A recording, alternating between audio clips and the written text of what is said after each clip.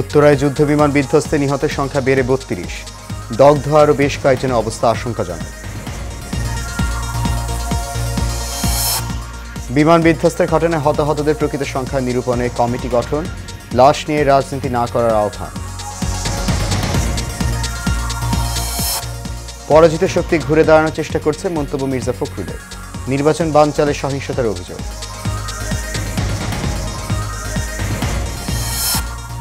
এবং ডক্টর ইউনূসের স্বজনপ্রীতির বড় উদাহরণ স্বাস্থ্য উপদেষ্টা। অভিযোগ হাসনাতের, অবিলম্বে পদত্যাগ দাবি।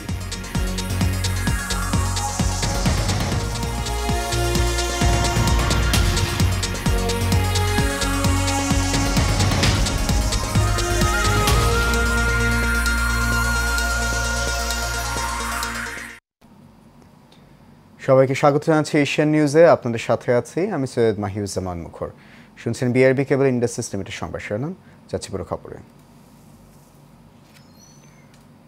উত্তরার মাইলস্টোন স্কুল অ্যান্ড কলেজে যুদ্ধবিমান বিধ্বস্তের ঘটনায় আহত আরও এক শিশু চিকিৎসাধীন অবস্থায় মারা গেছে। এ নিয়ে নিহতের সংখ্যা বেড়ে দাঁড়ালো ৩২ জনে। এই ঘটনায় জাতীয় বার্ন ও প্লাস্টিক সার্জারি ইনস্টিটিউটে চিকিৎসাধীন ৪৪ জন। এর মধ্যে ৮ জনের অবস্থা আশঙ্কাজনক। তারা সবাই আইসিইউতে রয়েছেন।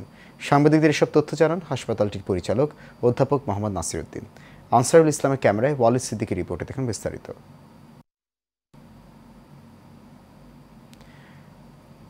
দুঃখিত দর্শক, রিপোর্টটি প্রক্রিয়াধীন রয়েছে।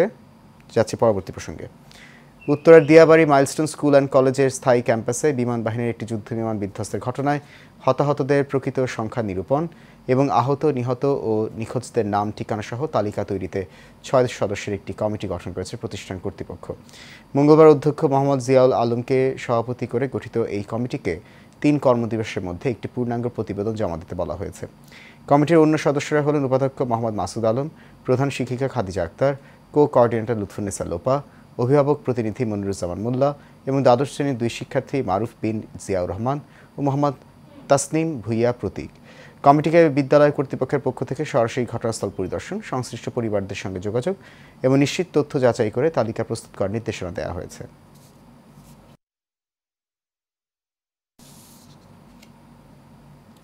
মাইলস্টোন কলেজে যুদ্ধবিমান বিধ্বস্তের ঘটনায় লাশ নিয়ে রাজনীতি না করার আহ্বান জানিয়েছেন প্রতিষ্ঠানটির ইংরেজি বিভাগের সিনিয়র শিক্ষক সাইদুল আমিন।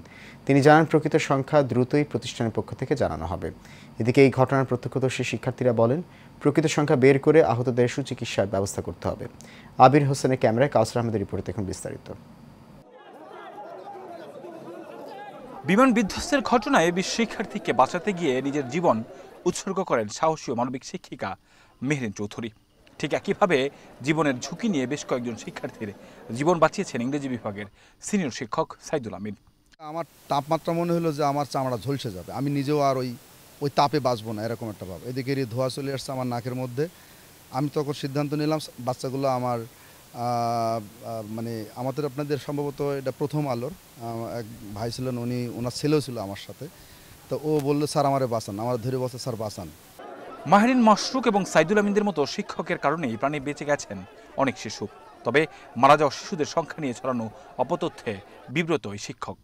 লুকোচুরি কেছে না, এখানে যারা আছেন গার্ডিয়ানের বাচ্চা মারা গেলে এরা কি স্থির থাকবে? আপনাদের ডেকে নিয়ে আসবে, ভাই একটু আসেন, আমি একটু কথা বলবো। আমার মনে হয় আমরা এটা ভয়ের আমরা এটা মানে একটা স্ক্যাটার্ড, এটা এই ধরনের যে সমস্ত তথ্য ছড়ানো হচ্ছে, হ্যাঁ, আমার মনে হয় এই জায়গা থেকে আমাদের বেরিয়ে আসা উচিত। এদিকে এই ঘটনায় এখনও স্বাভাবিক জীবনে ফিরতে পারছেন না প্রত্যক্ষদর্শী শিক্ষার্থীরা। বলছিলেন, চোখের সামনে ঘটে যাওয়া নৃশংসতার কথা। যখন প্লেনটা ক্র্যাশের সাথে ব্লাস্ট করে তখন অনেক বাচ্চাদের হাত পা মানে একদম ছিটে যায়, অর্ধেক হয়ে যায়। দেন দোলনায় কিছু বাচ্চারা বসেছিল। তো আমি যখন অন্যদিকে তাকায়, ভয়ের সাথে সাথে ওদিকে তাকার সাথে সাথে দেখি বাচ্চাগুলো নাই। একটা বাচ্চা দাঁড়ায় ছিল দোলনার পাশে, ওই বাচ্চাটা পুরো অর্ধেক হয়ে গেছে। সাথে সাথে মানে সবাই ভয়ে আতঙ্কে দৌড়াদৌড়ি শুরু করছে। পড়ে গেছি মাঠের পাশে, তারপর ওখানে তাকাই রয়েছি, দেখি যে ওই যে গেটটা, মেন গেটের উপরে বসছে যে প্লেনটা। তো আর বাচ্চার বাইরে হতে পারতেছিল না, রেলিং ধরে চিল্লাচিল্লি করতেছিল বাইরে হওয়ার জন্য, কেউ কিছু করতে পারতেছিল না। নিহতদের প্রকৃত সংখ্যা দ্রুত প্রকাশ করার জোর দাবিও জানান এসব শিক্ষার্থীরা। Kawsar Ahmed, Asian television, Dhaka. Milestone ঘটনার পর চলমান এইচএসসি ও সমমান পরীক্ষা স্থগিত নিয়ে অন্তর্বর্তী সরকারের শিক্ষা উপদেষ্টা চৌধুরী রফিকুল আবরার বলেছেন, চাইলেই পরীক্ষা পেছানোর সিদ্ধান্ত নেওয়া যায় না, তাই পরীক্ষা স্থগিত করতে কিছুটা দেরি হয়েছে। দুপুরে সচিবালয়ে সাংবাদিকদের কথা বলেন তিনি, জানান এইচএসসির স্থগিত পরীক্ষার সময়সূচি এখনও নির্ধারণ করা হয়নি। বিস্তারিত নূর মোহাম্মদ ভূঁইয়া রিপোর্টে। শিক্ষা উপদেষ্টা ও শিক্ষা সচিবের পদত্যাগের দাবিতে গেল মঙ্গলবার বিক্ষোভ করেন শিক্ষার্থীরা। এক পর্যায়ে শিক্ষার্থীদের দাবির মুখে শিক্ষা সচিব সিদ্দিক জোবায়েরকে প্রত্যাহার করে অন্তর্বর্তী সরকার। চলমান ইস্যুতে সচিবালয়ে শিক্ষা উপদেষ্টা সহ বেশ কয়েকজন উপদেষ্টা বৈঠকে বসেন। পরে গণমাধ্যমের মুখোমুখি হন শিক্ষা উপদেষ্টা, জানান এসএসসি ও সমমান পরীক্ষা স্থগিতের সিদ্ধান্ত নিতে দেরির কারণ। এটা একটা সিদ্ধান্ত যেটা হুট করে নেওয়া যায় না, এবং হুট করে নেওয়ার এখতিয়ারও কারণ নেই এককভাবে। তো সেখানে সেই প্রক্রিয়া যেরকমভাবে পরীক্ষা কন্ডাক্ট করার জন্য একটা রোল ডাউন করতে হয়, আবার পরীক্ষা যদি না হয় সেটা আবার রোল ব্যাক করার কিন্তু একটা বিষয় রয়েছে, যে প্রশ্নপত্রগুলো চলে গিয়ে থাকলে এক ধরনের বিষয় হবে, লোকাল অ্যাডমিনিস্ট্রেশনকে জানানো ইত্যাদি, সেগুলো ফিরিয়ে আনা, এই বিষয়গুলো নিশ্চিত করেই কিন্তু আমরা তখন হয়েছে সিদ্ধান্ত যখন হলো যে এটা আমরা পেছাবো, সেটা নির্দিষ্ট সময় হয়েছে এবং পরবর্তীকালে এটা জানিয়ে দেওয়া হয়েছে। সাংবাদিকদের প্রশ্নের জবাবে মাইলস্টোনের শিক্ষার্থীদের দাবিগুলো যৌক্তিক জানিয়ে সিআর আবরার নিজের পদত্যাগের বিষয়েও স্পষ্ট করেন। সেক্রেটারি রিজাইন করেছেন, যারা রিজাইন করেছেন মানে কি ওনাকে অব্যাহতি যেটা দেওয়া হয়েছে সেটা উচ্চতর একটা কমিটির সিদ্ধান্ত, এবং আমি সারাদিনের সেই সিদ্ধান্তের সঙ্গে আমি যুক্ত ছিলাম না।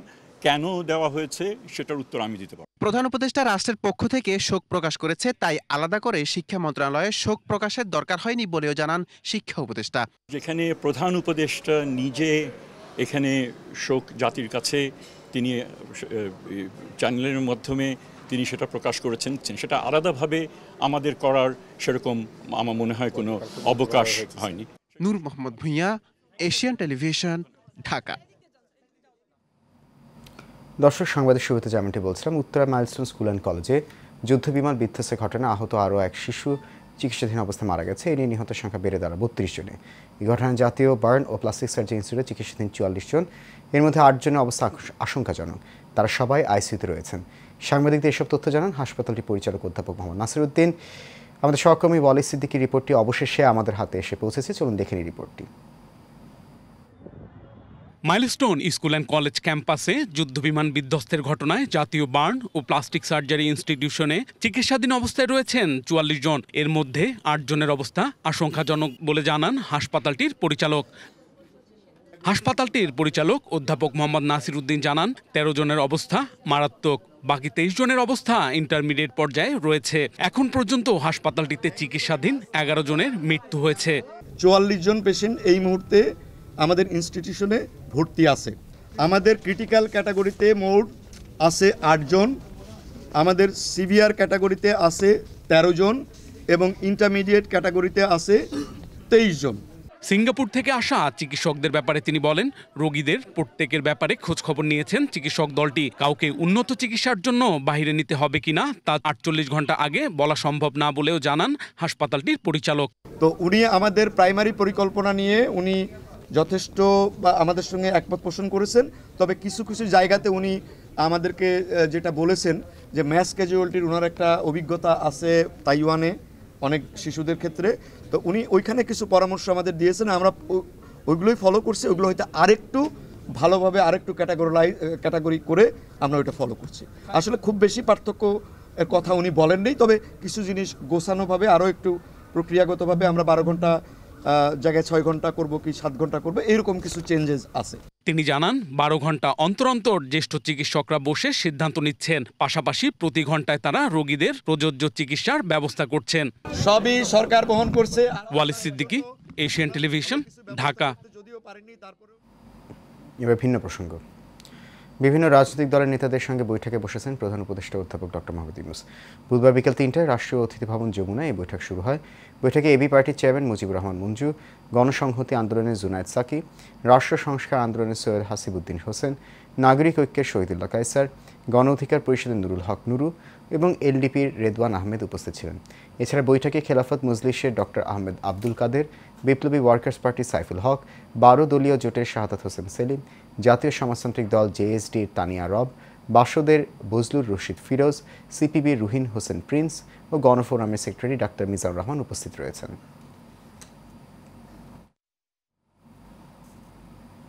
জুলাই আগস্ট মাসে পরাজিত ফ্যাসিস্ট শক্তি উত্থানের চেষ্টা করছে বলে মন্তব্য করেছেন বিএনপি মহাসচিব মির্জা ফখরুল ইসলাম আলমগীর। বলেন, নির্বাচন বানচালের উদ্দেশ্যে পরিকল্পিতভাবে দেশে বিশৃঙ্খলা সৃষ্টি করা হচ্ছে। তবে নির্বাচন অনুষ্ঠানে সরকারের সদিচ্ছার কোনো ঘাটতি দেখছে না বিএনপি। দুপুরে গুলশানে দলের চেয়ারপারসনের রাজনৈতিক কার্যালয়ে ক্ষুদ্র জাতিগোষ্ঠীর নেতাদের সঙ্গে বৈঠক শেষে এসব কথা বলেন বিএনপি মহাসচিব। বিস্তারিত মণ্ডলের নামে রিপোর্টে। গুলশানে বিএনপির চেয়ারপারসনের কার্যালয়ে জাতীয়তাবাদী ক্ষুদ্র জাতিগোষ্ঠী দলের নেতাদের সাথে মতবিনিময় করেন দলের মহাসচিব মির্জা ফখরুল ইসলাম আলমগীর। বৈঠক শেষে গণমাধ্যম কর্মীদের সঙ্গে কথা বলেন বিএনপির মহাসচিব। অভিযোগ করেন, নির্বাচন বিলম্বিত করতে নানা ষড়যন্ত্র চলছে। গোপালগঞ্জের ঘটনা, এটা ডেফিনেটলি আপনার সঙ্গে রাজনীতি জড়িত, নির্বাচনকে বানচাল করার একটা চক্রান্তের মধ্যে অবশ্যই আছে। আর আপনার এই যে সেক্রেটারিয়েটে ঢুকে পড়া, সেখানে আপনার কয়েকজন আপনার ফ্যাসিস্টদের লোকজনকেও আপনার আটক করা দেখা, বোঝা যাচ্ছে যে তাদের কিছু কিছু সমস্যা তৈরি করার চেষ্টা এখানে আছে। প্রধান উপদেষ্টার প্রতিশ্রুতি সময় অনুযায়ী ফেব্রুয়ারিতে নির্বাচন অনুষ্ঠিত হবে, সেই পথে সরকার হাঁটছে বলেও জানান বিএনপির মহাসচিব। নির্বাচন প্রক্রিয়াকে দ্রুত করা, ত্বরান্বিত করা এবং ওনার যে প্রতিশ্রুত যে ফেব্রুয়ারির মার্চ মাঝামাঝি সময়ে নির্বাচন দেওয়া হবে, সেটা আমরা মনে করি যে ওনারা যে অতি দ্রুত সেই ব্যবস্থা গ্রহণ করা উচিত। সরকারের দুর্বলতাকে বড় করে না দেখে সদিচ্ছা বড় করে দেখা উচিত বলেও মন্তব্য করেন বিএনপির মহাসচিব মির্জা ফখরুল ইসলাম আলমগীর। অন্তর্বর্তীকালীন সরকারের দুর্বলতাটাকে বড় করে না দেখে তাদের যে আপনার সদিচ্ছা, তাদের প্রক্রিয়া, সেটাকে বড় করে দেখা উচিত। মন্ডলের নাম, এশিয়ান টেলিভিশন, ঢাকা। আমি সবসময় অন্তর্বর্তীকালীন সরকারের কঠোর সমালোচনা করে জাতীয় নাগরিক পার্টি এনসিপির কেন্দ্রীয় নেতারা স্বাস্থ্য উপদেষ্টা পদত্যাগ দাবি করেছেন। দুপুরে জুলাই পদযাত্রায় চাঁদপুর শহরের বাস স্ট্যান্ডে এক পথসভায় দাবি জানান তারা। এ সময় এনসিপির দক্ষিণাঞ্চলের মুখ্য সমন্বয়ক হাসনাত আবদুল্লাহ বলেন, এই সরকারের কাছে অনেক প্রত্যাশা ছিল। অভ্যুত্থানের পর আমরা রাষ্ট্র ব্যবস্থাকে ঢেলে সাজাতে চেয়েছিলাম, কিন্তু দুঃখের বিষয় আমাদের স্বাস্থ্য ব্যবস্থা আগের মতো, আইন শৃঙ্খলা ব্যবস্থাও আগের মতো রয়ে গেছে। ডক্টর মোহাম্মদ ইউনূসের স্বজনপ্রীতির সবচেয়ে বড় উদাহরণ বর্তমান স্বাস্থ্য উপদেষ্টা উল্লেখ করে তিনি বলেন, ওনার একমাত্র যোগ্যতা উনি গ্রামীণ ব্যাংকে ছিলেন এবং ডক্টর মোহাম্মদ ইউনূসের কাছের মানুষ।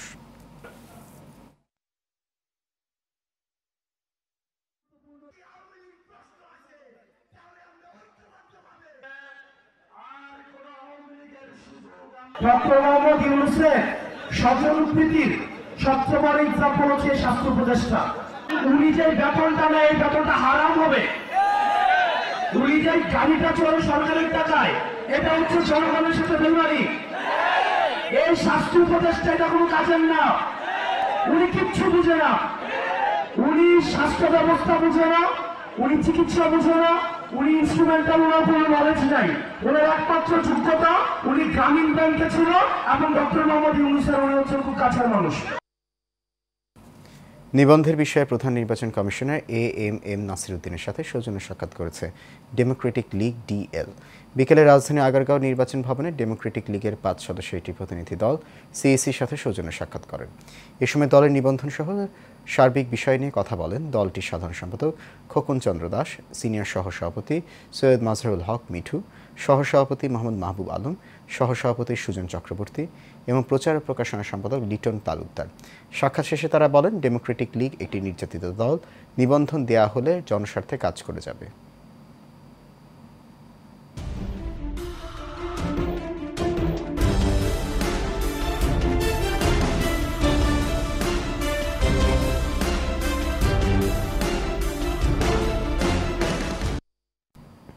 বাংলা প্রসঙ্গ। নাটোরের বড়াইগ্রাম উপজেলা বনপাড়া হাটিকুমরুল মহাসড়কে ট্রাক ও মাইক্রোবাসের মুখোমুখি সংঘর্ষে 5 নারীসহ 8 জন নিহত হয়েছেন। সকাল 10:30টার দিকে উপজেলার আইরমারি ব্রিজ এলাকায় দুর্ঘটনা ঘটে। প্রত্যক্ষদর্শীরা জানান, সিরাজগঞ্জগামী একটি মাইক্রোবাস বনপাড়ার আইরমারি ব্রিজ এলাকায় পৌঁছলে বিপরীত দিক থেকে আসা মাল বোঝাই একটি ট্রাকের সঙ্গে মুখোমুখি সংঘর্ষ হয়। এতে মাইক্রোবাসটি দুমড়ে মুচড়ে ঘটনাস্থলে 5 জনের মৃত্যু হয়। গুরুতর আহত অবস্থায় 3 জনকে হাসপাতালে নেওয়া হলে চিকিৎসাধীন অবস্থায় তাদেরও মৃত্যু হয়। নিহতদের মধ্যে 5 জনই নারী। ধারণ করা হচ্ছে তারা কোনো অনুষ্ঠানে যোগ দিতে যাচ্ছিলেন এবং সবাই একই পরিবারের সদস্য। ইউরোপিয়ান ইউনিভার্সিটি অফ বাংলাদেশের সাধারণ শিক্ষার্থীরা বহিরাগতদের হামলার প্রতিবাদে ও বহিরাগতদের অনুপ্রবেশ ঠেকাতে বিক্ষোভ এবং অবস্থান কর্মসূচি পালন করেছেন। ইউনিভার্সিটির সামনে এই কর্মসূচি পালন করে তারা। এর আগে গতকাল ইউরোপিয়ান ইউনিভার্সিটি অফ বাংলাদেশের নিজস্ব ক্যাম্পাসে অতর্কিত হামলা হয়। এতে আহত হন 5 শিক্ষার্থী। শিক্ষার্থীরা বলেন, আনুমানিক 20 জন সন্ত্রাসী ক্যাম্পাসে নাশকতা সৃষ্টির উদ্দেশ্যে অতর্কিত হামলা চালায়। এ সময় তারা চেয়ারম্যানকে উদ্দেশ্য করে অকথ্য ভাষায় গালাগালি ও স্লোগান দেয়। এ বিষয়ে রেজিস্ট্রার জুবায়ের এনামুল করিম বলেন, ইউনিভার্সিটি ক্যাম্পাসে এমন হামলায় জড়িত সন্ত্রাসীদের তিল পরিমাণ ছাড় দেওয়া হবে না।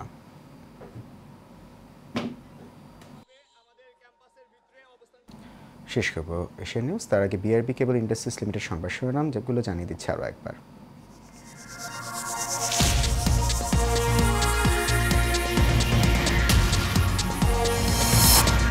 উত্তরায় যুদ্ধ বিমান বিধ্বস্তে নিহতের সংখ্যা বেড়ে 32, দগ্ধ আরও বেশ কয়েকজনের অবস্থা আশঙ্কাজনক।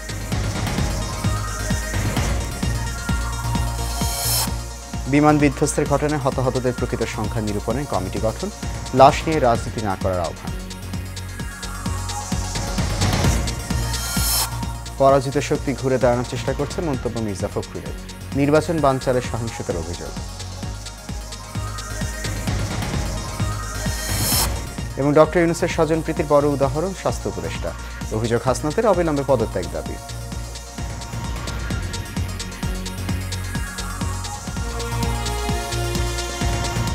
এশিয়ান নিউজ এ পর্যন্ত। আমাদের পরবর্তী সংবাদ দেখার আমন্ত্রণ রইল। এতক্ষণ সঙ্গে থাকার জন্য অনেক ধন্যবাদ।